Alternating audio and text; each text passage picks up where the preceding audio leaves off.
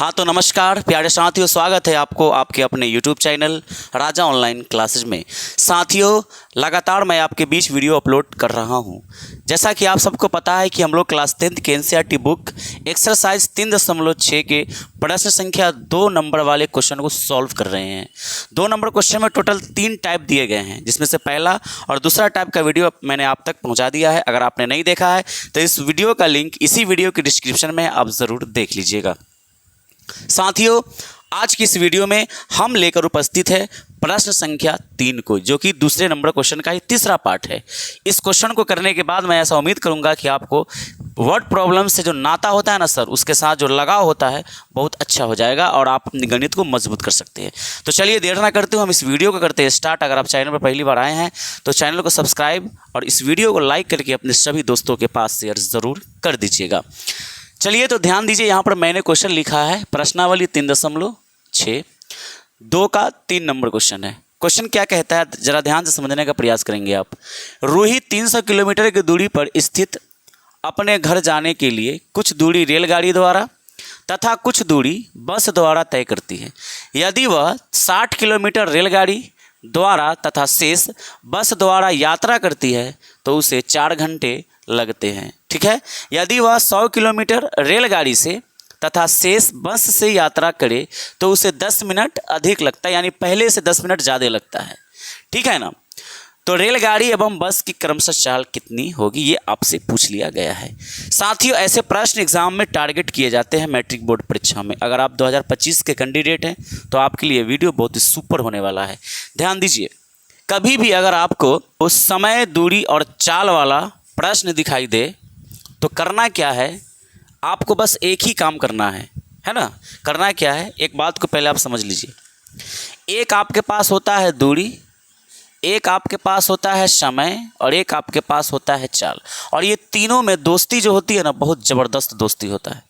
कभी भी प्रश्न के अंदर समय, दूरी और चाल से रिलेटेड बातें हो, आपको इसके पास जाना चाहिए। ये आपके इस प्रश्न का समाधान करने में बहुत ज़्यादा हेल्प रखता है। ठीक है। ये होता है क्या है, समझते हैं इस चीज़ को। अगर हम यहाँ पर चाल की बात करें तो चाल बराबर फॉर्मूला अगर आप निकालना चाहते हैं तो चाल बराबर होता है दूरी बटा समय, दूरी बटा समय। ठीक है। ये एक आपको फॉर्मूला ध्यान में रखना जो बहुत ही इंपॉर्टेंट फार्मूला है। अगर हम समय की बात करें, समय की बात करें तो समय का फार्मूला क्या बनेगा, तो समय का फार्मूला बन जाएगा दूरी बटा चाल, दूरी बटा चाल होता है। ठीक है। और अगर आपसे हम पूछें कि दूरी बता दीजिए, दूरी, तो दूरी कैसे बताएंगे, दूरी बताइएगा, इसके नीचे 1 है, क्रॉस मल्टीप्लाई होगा तो चाल गुना समय हो जाएगा, चाल गुना समय हो जाएगा। ठीक है। तो ये आपके पास फॉर्मूला है, इसको ध्यान में रखना है। अब देखिए यहाँ पर मैं क्या करने वाला हूँ। आपसे क्या पूछा गया है, आपसे पूछा गया है रेलगाड़ी एवं बस की चाल, स्पीड पूछा गया है। चाल का मतलब क्या होता है, स्पीड। सपोज कीजिएगा कि यहाँ पर जो है ना, यहाँ पर रूही का घर है। ठीक है। यहाँ पर जो प्रश्न दिया गया उस क्या किया गया है कि रूही 300 किलोमीटर की दूरी पर स्थित है अपने घर से।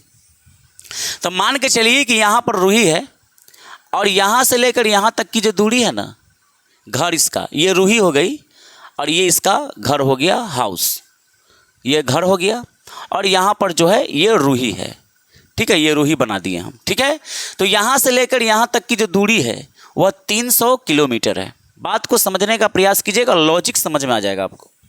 तो रूही को घर जाना है, तो रूही अगर घर जाएगी तो दूरी कितना तय होगा, 300 किलोमीटर। अब ये 300 किलोमीटर की दूरी जो तय करती है वह डायरेक्ट नहीं तय करती है, 2 माध्यमों के द्वारा अपने घर तक पहुँचती है। पहले वह क्या करती है कि रेलगाड़ी से जाती है कुछ दूरी, और कुछ दूरी वो बस से तय करती है।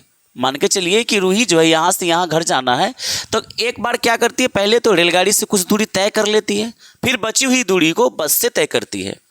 तो यहाँ पर आपको साफ साफ बोल दिया है कि यदि वह 60 किलोमीटर रेलगाड़ी से जाती है, यहाँ से यहाँ तक की दूरी 300 किलोमीटर, तो 60 किलोमीटर किससे गई, वो 60 किलोमीटर वो गई किससे, तो रेलगाड़ी से। बात को समझने का प्रयास करेंगे ना तो खूब मजा आएगा।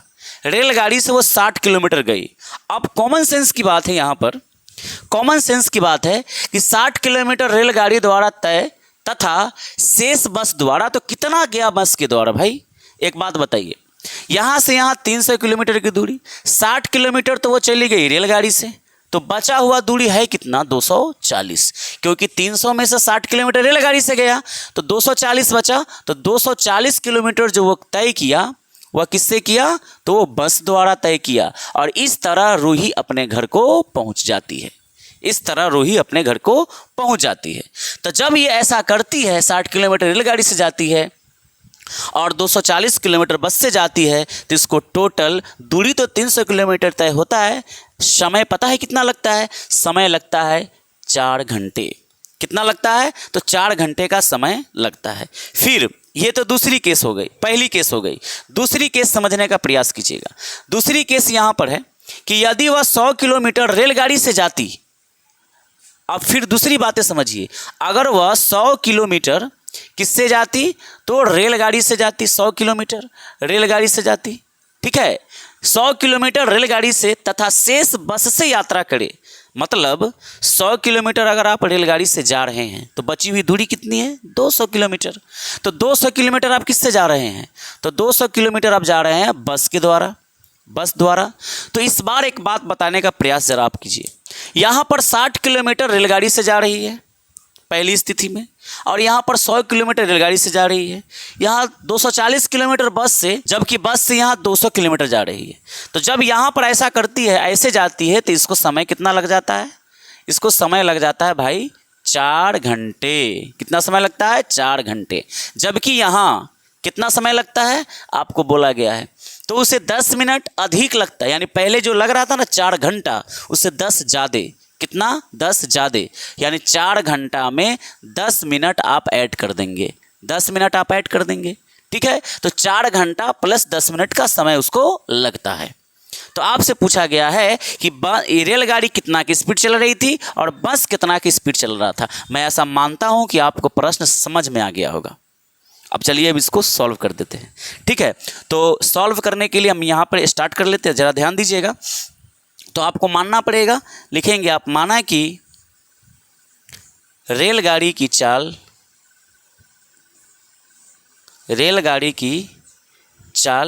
x किलोमीटर प्रति घंटा तथा, अब यहाँ पर आप देखिए x किलोमीटर प्रति घंटा क्यों, क्योंकि स्पीड जो होता है ना, चाल, अगर स्पीड जो होती है उसका जो एसआई मात्रक होता है वह किलोमीटर प्रति घंटा भी होता है, मीटर प्रति सेकेंड भी होता है। अगर दूरी मीटर में हो, समय सेकेंड में हो तो मीटर प्रति सेकेंड, और अगर दूरी किलोमीटर में और समय घंटा में हो तो किलोमीटर प्रति घंटा हो जाता है, ठीक है। तो हमने लिखा, माना कि रेलगाड़ी की चाल x किलोमीटर प्रति घंटा तथा बस की चाल कितना है, तो y किलोमीटर प्रति घंटा। ये स्पीड हमने मान लिया। आगे बढ़ते हैं। अब ज़रा ध्यान दीजिएगा, टोटल दूरी तो रूही को 300 किलोमीटर ही तय करना है। दूरी कितनी तय करनी है, 300 किलोमीटर। आप लिखेंगे कि चूँकि दूरी कितनी है भाई, तो 300 किलोमीटर ही दूरी है। दूरी कितनी है, 300 किलोमीटर है। एक बात बताइए, ज़रा ध्यान दीजिएगा, रेलगाड़ी की चाल आपने x माना, जबकि बस की चाल आपने y मान के चला, ठीक है। अब क्या करना है आपको, ज़रा ध्यान से समझने का प्रयास कीजिएगा। देखिए, समय बराबर क्या होता है, दूरी बटा चाल। समय बराबर क्या होता है, दूरी बटा चाल। तो रेलगाड़ी कितना दूरी तय कर रहा है, 60। आप लिखेंगे डायरेक्ट, इसीलिए प्रश्न के अनुसार, यानी कि प्रश्नानुसार, ठीक है। 60 किलोमीटर दूरी है, तो आप लिखेंगे 60 बट्टा चाल कितनी है रेलगाड़ी की, x लिख दीजिए। और बस कितना जा रहा है, 240, तो प्लस कीजिएगा ना, तभी तो टोटल दूरी 300 किलोमीटर के बराबर है। तो यहाँ पर 240 और बट्टा बस की चाल कितनी है, y, और ये दोनों मिलकर टोटल कितना समय लगा रहा है, तो 4 घंटा। कितना समय लगा रहा है, 4 घंटा का समय। तो ये आपके पास बन गया इक्वेशन फर्स्ट, आप इसको बोल सकते हैं। और फिर इसका आगे का हम प्रोसेस आगे करेंगे तो आपका आंसर आ जाएगा। इसी प्रकार से दूसरी स्थिति में जब 100 किलोमीटर रेलगाड़ी से और 200 किलोमीटर बस से जा रहा था, तो इस स्थिति में भी हम लोग ये ज्ञात करते थे टोटल कितना समय लगा, ठीक है ना। तो हम इसको यहाँ पर मिटाते हैं और इस प्रोसेस को आगे बढ़ाते हैं। ध्यान दीजिए, यहाँ पर लिखेंगे पुनः, दूसरे इक्वेशन के लिए पुनः ध्यान दीजिएगा, रेलगाड़ी दूसरी स्थिति में 100 किलोमीटर जा रही है तो 100 और बट्टा में रेलगाड़ी की स्पीड कितनी है x kilometre per hour plus फिर बस कितना तो 200, इसकी स्पीड कितनी है y किलोमीटर पर आवर। ये कितना समय लगा रहा है प्रश्न में बोला गया था, यानी 10 मिनट अधिक पहले वाले समय से, यानी 4 घंटा प्लस का 10 मिनट। ठीक है ना।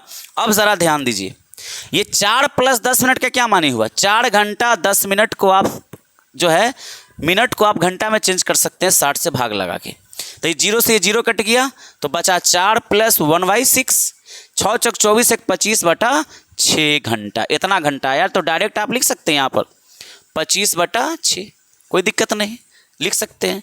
ये बन गया आपका इक्वेशन नंबर 2 और ये आपके पास इक्वेशन नंबर 1। अब इन दोनों इक्वेशन को हम सॉल्व करेंगे और आपका उत्तर आ जाएगा। देखिए क्या करना होगा, ये जो इक्वेशन आप देख रहे हैं इसको मैंने आपको इससे पहले भी बताया था कि जब भी चरमान नीचे हो तो उसको बनाने का कुछ और तरीका होता है, जो कि हम अभी समझा रहे हैं आपको।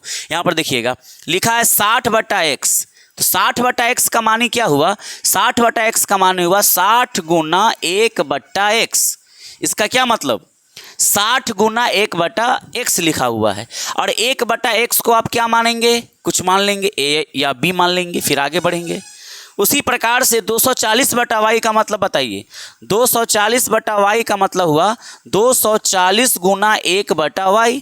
तो 1/x और 1/y को आप कुछ मान कर आगे बढ़िए। अगर आपको डिटेल वीडियो चाहिए तो आप राजा ऑनलाइन क्लासेस यूट्यूब चैनल पर जाके, या आप ये तो है ही, आप मतलब वहाँ पर विजिट किए हुए हैं, वहाँ पर जाकर आप जो है प्रश्नावली 3.6 का पहला नंबर क्वेश्चन को समझिएगा। वहाँ पर मैंने पूरा डिटेल कर दिया, अच्छे से इसको पूरा डिटेल में बताया है। हम डायरेक्ट इसको मान रहे हैं, आप समझिएगा, यहाँ पर थोड़ा सा शॉर्टेज है जगह की तो हम डायरेक्ट कर रहे हैं। तो 60 गुने 1/x है तो इसको हम डायरेक्ट लिख सकते हैं 60a, ठीक है, और प्लस 240b और बराबर में कितना है तो 4 है। यहाँ पर आप लिख देंगे कि माना, यहाँ पर जगह हम एडजस्ट कर ली, चलिए यहाँ पर हम लिख देते हैं कि माना कि 1/x बराबर a और 1/y बराबर b। इसलिए देखिए 60 गुना 1/x है, इसका मतलब ये 60a हो गया, और प्लस 240b और बराबर में कितना है 4 है। दोनों तरफ कुछ कॉमन हो रहा है, कर सकते हैं तो ये कैलकुलेशन थोड़ा आसान हो जाएगा। चलिए कॉमन कर लेते हैं, दोनों में 4 कॉमन कर सकते हैं, इधर से भी और उधर से भी 4 कॉमन कीजिएगा। यहाँ बचेगा क्या बचेगा, 15 चौके 60 होता है तो 15a, और यहाँ 60 बचेगा b और बराबर में कितना है 4। अब ये 4 से ये 4 पार हो गया, इधर 1 बचा, तो 15a प्लस 60b और बराबर में कितना है तो 1। ये 1 और 2 था, इसको आप 3 बोल दीजिए, ठीक है ना, इसको आप 3 बोल दीजिए। उसके बाद ये जो इक्वेशन आप देख रहे हैं बड़े वाले इक्वेशन को, इसको आप सॉल्व कीजिए। अब क्या है भाई, तो 100/x है तो इसको आप क्या लिख सकते हैं, इसके जैसा ही लिखना है आपको। तो ये 100 गुना 1/x है, तो 1/x को आप a बोल रहे हैं तो 100a हो जाएगा, 100a प्लस 200b हो जाएगा, और बराबर में 25/6। बात समझ रहे हैं कि नहीं।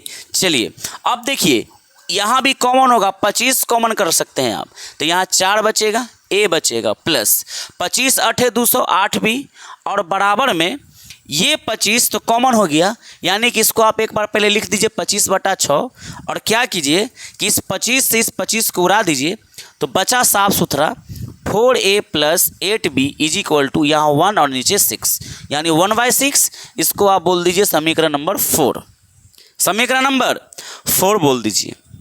आपको लगता होगा कि बहुत ज़्यादा लंबा प्रोसेस है, नहीं, प्रोसेस लंबा नहीं है, बल्कि समझा रहा हूँ मैं आपको, इसीलिए थोड़ा सा लंबा लग रहा है। आप खुद से प्रैक्टिस करेंगे तो ये बहुत आसान है, ठीक है। अब इसके आगे का प्रोसेस हम यहाँ करते हैं, इसको मिटा देते हैं क्योंकि ज़रूरत पड़ेगी ही मिटाना इसको, इसलिए हम इसको मिटाते हैं, फिर आगे का प्रोसेस समझिए।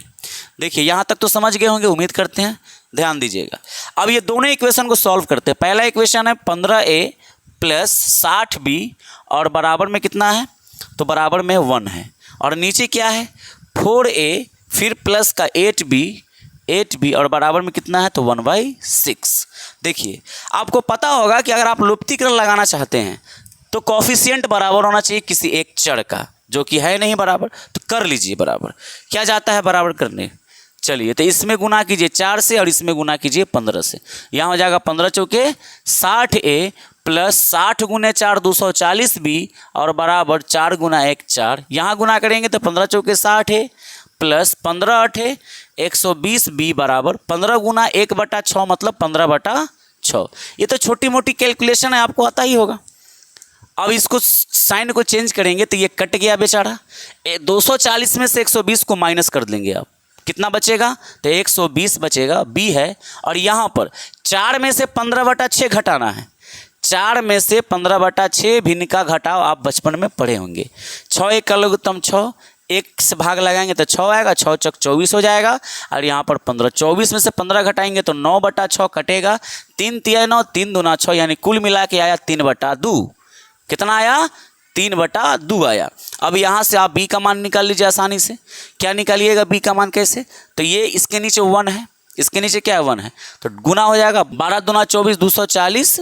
बी बराबर में इधर क्या है 3, तो बी का मान आप निकालेंगे तो 3 और बट्टा में 240। अगर आप इसको कटाना चाहते हैं तो 3 8 कटेगा, 3 8 24 होता है ना, तो 8 और ये 0 रह गया। यानी कि बी का मान आपके पास आया ऊपर में कुछ नहीं तो 1 और नीचे में 80। बी का मान कितना आया 1/80 जो आपके सामने दिख रहा है। अब बी का मान आप समीकरण जो है 3 या 4 में रखेंगे तो ए का मान निकलेगा।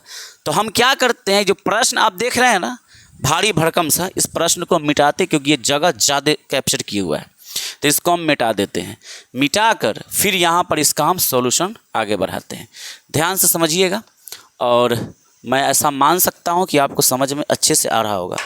ध्यान दीजिए, समीकरण 3 में b बराबर आप कितना रखेंगे 1/80 रख दीजिए। 80 रखने पर क्योंकि ये समीकरण 3 यहाँ है, आप रख सकते हैं, ठीक है ना। तो समीकरण 3 उतारिए आप, 15A प्लस 60B बराबर में 1। अब ज़रा ध्यान दीजिएगा, यहाँ पर हो जाएगा 15A प्लस 60 गुना b का मान 1/80 और बराबर में क्या है 1 है। ज़रा इसको कटा लीजिए भाई, 0 से तो 0 कट गया, 2 से काटिए 2 तिया 6, 2 चौकी 8। यहाँ बचेगा 15A प्लस 3 गुना 1 3 और ऊपर में हो गया, नीचे में 4 है बराबर में 1। 15A लिखिए बराबर 1 लिखिए और 3/4 इसका रिश्तेदार इस तरफ चला जाएगा तो 3/4 आ गया, ये माइनस में, समझ रहे हैं ना आप। चलिए मैं थोड़ा सा फास्ट कर रहा हूँ कैलकुलेशन।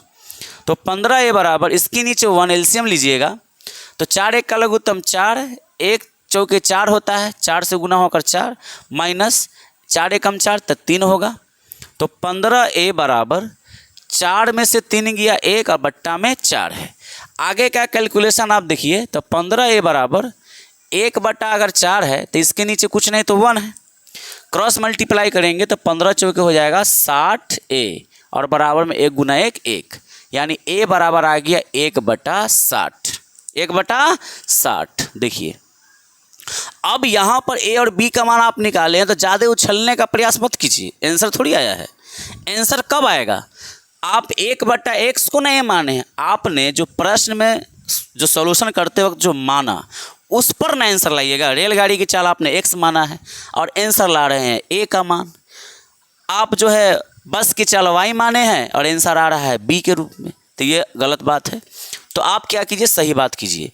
तो आप यहाँ पर क्या लिखेंगे, मैं यहाँ लिख देता हूँ, चूँकि 1/x बराबर a, इसलिए 1/x बराबर a का मान कितना आया है तो 1/60 आया है, तो यहाँ 1/60 रखिए।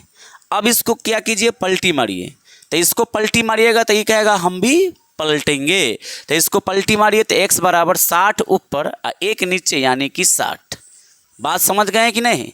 उसी प्रकार से 1/y को आपने क्या माना b, तो आप लिखेंगे कि चूँकि 1/y बराबर b, इसलिए 1/y बराबर, देखिए ध्यान दीजिएगा, b का मान कितना आया है, b का मान आपके पास कितना आया है तो 1/80। तो आप यहाँ पर लिखिए 1/80, इसको पलटी मारिए तो ये कहेगा हमू पलटेंगे, तो y बराबर इसको पलट दीजिए तो 80।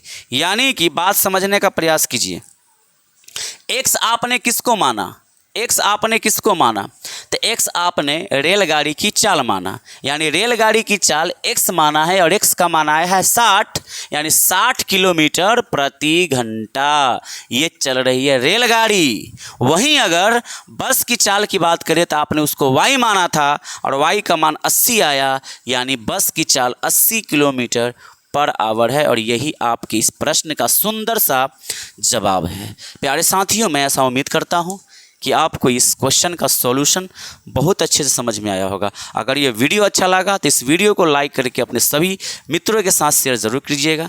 मिलते हैं आपके साथ एक नए वीडियो में, तब तक के लिए जय हिंद, जय भारत, वंदे मातरम।